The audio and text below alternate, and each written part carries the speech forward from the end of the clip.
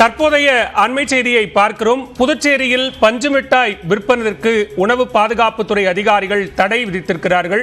உடல் நலனுக்கு தீங்கு விளைவிக்கும் வேதிப்பொருட்கள் கலக்கப்பட்டிருப்பதாக வெளியான செய்தியை தொடர்ந்து தற்போது நியூஸ் 8 தமிழ்நாடு செய்தியை தொடர்ந்து இந்த உத்தரவானது பிறப்பிக்கப்பட்டிருக்கிறது. தொடர்பான கூடுதல் விவரங்களோடு இணைகிறார் செய்தியாளர் இளமுதன். விவரங்களை பதிவு செய்யலாம்.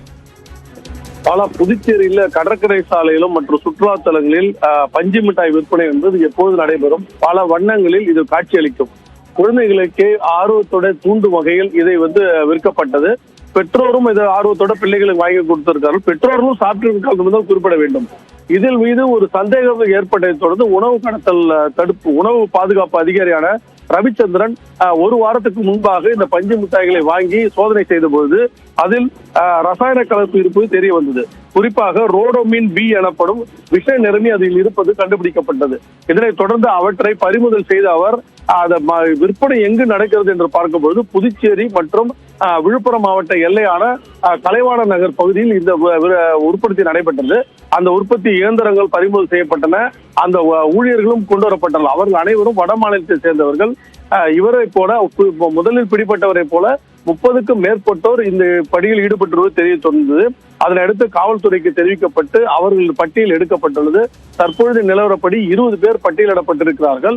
இது இன்னும் 10 பேர் தேடும் பணி நடைபெற்றுக் கொண்டிருக்கிறது. இதனைத் தொடர்ந்து தற்பொழுது சுற்றுலா தலங்கள் எங்கும் பஞ்சு மிட்டாய் விற்பனை முழுமையாக தடை செய்யப்பட்டுள்ளது.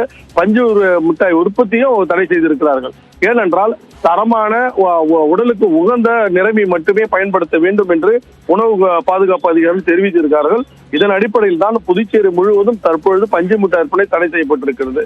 அது மட்டுமல்லாமல் தரமான உடலுக்கு உகந்த நிறமியை அவர்களுக்கு பயிற்சி அளிக்கப்பட்டு உரிய சான்றிதழ், அதாவது உணவு பாதுகாப்பு சான்றிதழுக்கு அவர்கள் புகைப்படத்துடன் அடையாள அட்டை கொடுத்து அந்த பஞ்சு மிட்டாய் விற்பனை என்பது துவக்க நடவடிக்கை எடுக்கப்படும் என்று தெரிகிறது. பாலா, நன்றி இளமுதன் விரிவான விவரங்களுக்கு.